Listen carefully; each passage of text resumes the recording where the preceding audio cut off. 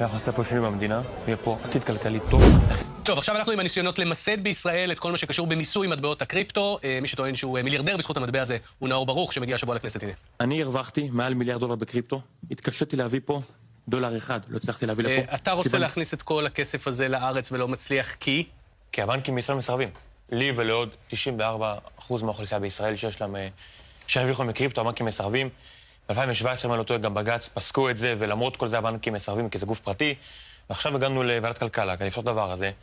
ואנחנו מדברים פה על משהו שהוא אמור לשנות את המדינה הזאת. בסוף, איך זה עובד בישראל? אני קניתי ביטקוין לצורך העניין.